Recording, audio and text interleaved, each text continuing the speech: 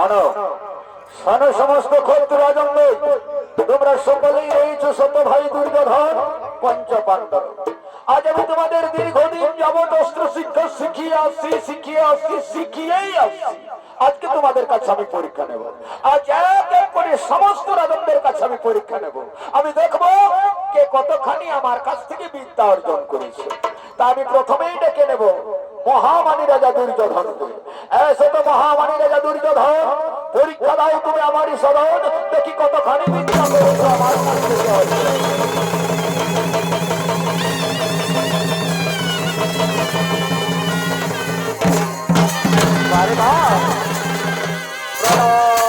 গ্রহণ করুন গুরুদেব, কল্যাণ হোক তব।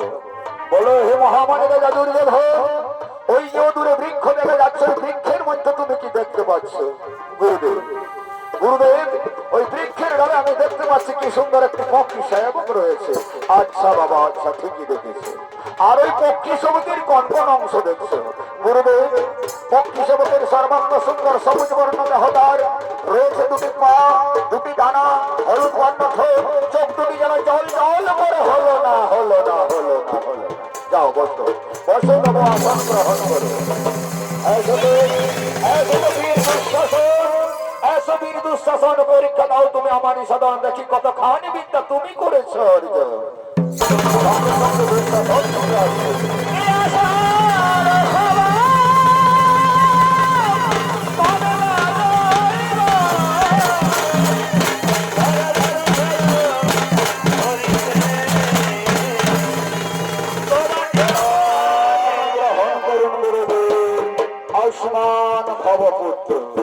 বলো হে দুঃশাসন, ওই যে দূরে বৃক্ষ দেখা যাচ্ছে, বৃক্ষের মধ্যে তুমি কি দেখছো এখন?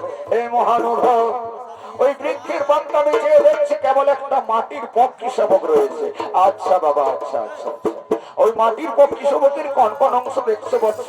গুরুদেব, মাটির পক্ষী শাবকের রয়েছে দুটি পা, দুটি ডানা, হলুদ বর্ণ ঠোঁট, চোখ দুটি যেন মিট মিট করে আমার দিকে তাকিয়ে আছে। হলো না হলো না হলো না। যাও বাবা যাও, আসন গ্রহণ করে যাও। বলছো যাও বলছো। এসো তো বীর শৈল, এসো বীর শৈল, এসো এসো পরীক্ষা দাও, দেখি কতখানি বিদ্যা তুমি অর্জন করেছো। আরে ভাই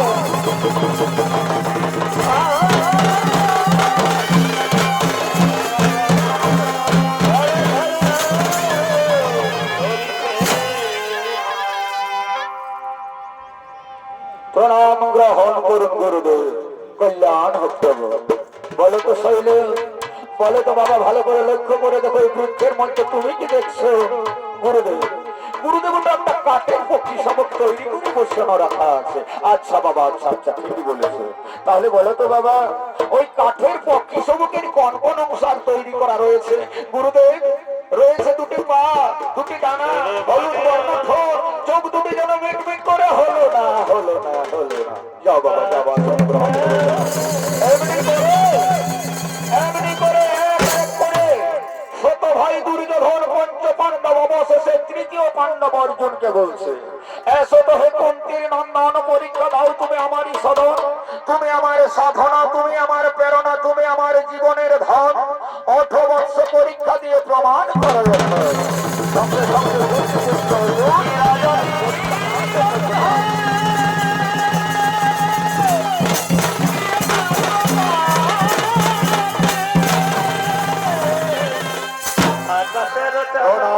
গ্রহণ করুন গুরুদেব, কল্যাণ হোক তব, দীর্ঘায়ু হোক।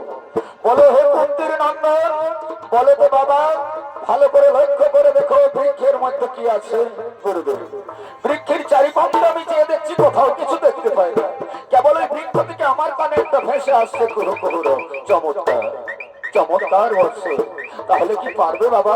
ওরে অর্জুন পারবে শব্দভেদী বান মেরে ওই কৌশলকে বন্ধ করে দিতে? হ্যাঁ গুরুদেব, আপনার আশীর্বাদ মাথায় রেখে মারমামি পক্ষী রাজের কাণ্ডে শব্দভেদী বান চিরতরে বন্ধ করে দেবো তার কুহু কুহুর। ওঠাও দেবো কাণ্ডে, বারোই পক্ষী রাজের কাণ্ডে শব্দভেদী রাজনী।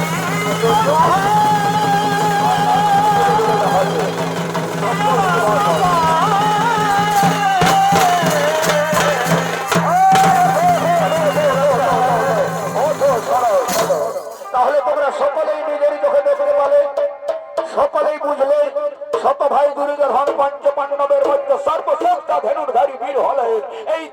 পাণ্ডবদের অর্জুন। অর্জুন ছাড়া আর কেউ শব্দভেদী বাণ মারা শিখতে পারলেন না। অতএব সর্বধনুর বিদ্যায় পারদর্শী হলেন তৃতীয় পাণ্ডবদের কীর্তি। চলো চলো এখন গৃহবিমুখে যাত্রা করা যাক। চলো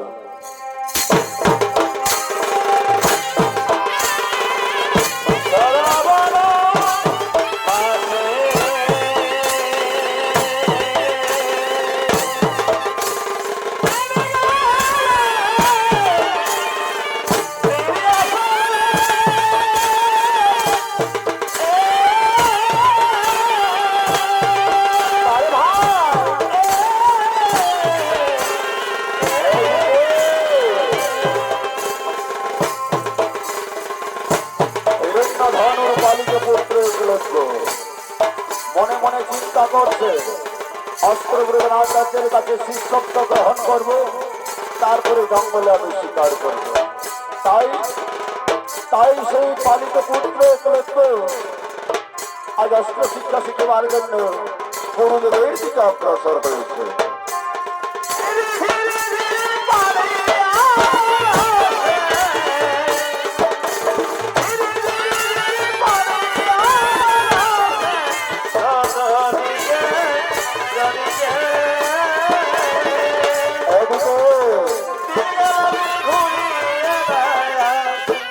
হিরণ্যধনুর পুত্র একলব্য দূর থেকে লক্ষ্য করে বলছে, তাই করে বাবা এখানে সমস্ত ক্ষত্রিয়রা যখন এই যে অস্ত্রগুলো আচার্যের কাছে শিষ্যত্ব গ্রহণ করছে, কি সুন্দর ওদের ঝলমলে পোশাক, লাবণ্যময়ী চেহারা, আমার মতন শীর্ণ কায়ীর্ণ দেহ কুৎসি চেহারা তো একটাও দেখতে পাচ্ছি না।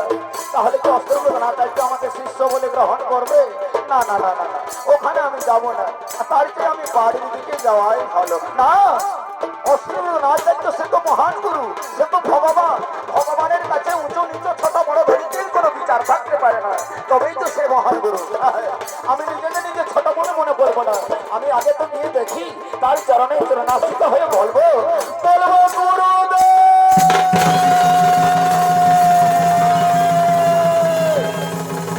প্রণাম তব রাতুলে রাঙা চরণে। তুই কি মা তব নাম কোথায় তব ধামে কিসের লাগি আসিয়াছ হে? গুরুদেব গুরুদেব গুরুদেব এক লক্ষ্য মম নাম, হিরণ্যধনুর পালিত পুত্র, জঙ্গলে রয়েছে আমার ধাম, শিকার করাই কাম। গুরুদেব অস্ত্র শিক্ষা শিখবার জন্য আসিয়াছি আপনার দরবারে, কত লাগিবে দাম? গুরুদেব গুরুদেব আমি কি কোনো অন্যায় করলাম?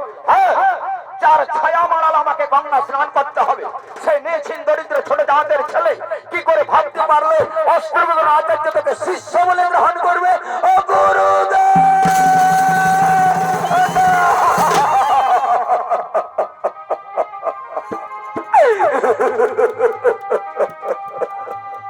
ঠিকই বলেছেন গুরুদেব, আপনি ঠিকই বলেছেন।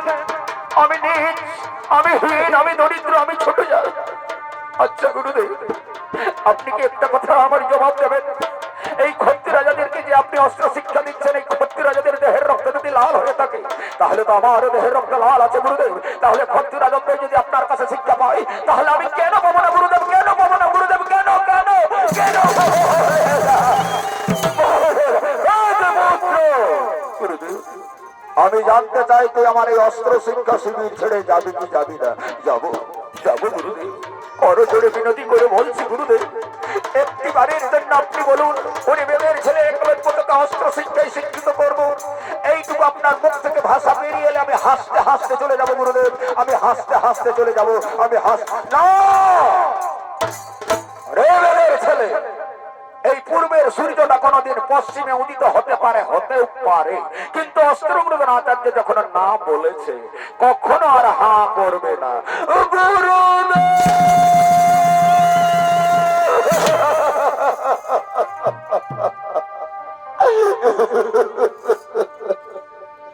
গুরুদেব এত বড় শর্ত সাপেক্ষিক আপনি নেবেন না? ও সোজা আঙুলে খেয়ে ফেলা দেখি। আরে বেদের ছেলে একলব্য, তুই জানিস এই অস্ত্র শিক্ষা শিবির ছেড়ে যদি না যাস তাহলে তোর পরিণাম কি হবে? হ্যাঁ গুরুদেব আপনার কোলে রয়েছে সমস্ত বীরেরা, রয়েছে দুর্যোধন, দুঃশাসন, ভীম, অর্জুন, নকুল, সহদেবের মতন বীরেরা রয়েছে। তবুও নয়, তুই এই মুহূর্তে যদি আমার এই অস্ত্র শিক্ষা শিবির ছেড়ে না যাস, তাহলে আমি তোকে অস্ত্র শিক্ষা শিবির থেকে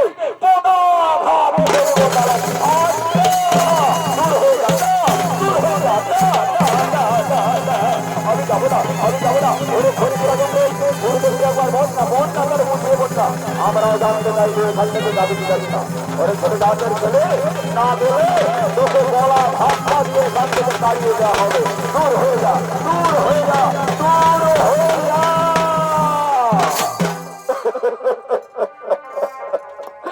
হবে দুঃখে বুক ভরা বেদনা নিয়ে নয়নের জলে ভাসতে ভাসতে বেদপুত্র একলব্য মিলিয়ে যায় গভীর জঙ্গলের দিকে। আর এদিকে অস্ত্রগুলোর আচার্য শিষ্যদের নিয়ে আনন্দের সহিত তারা নিজা নিজালয়ে করেছে গমন।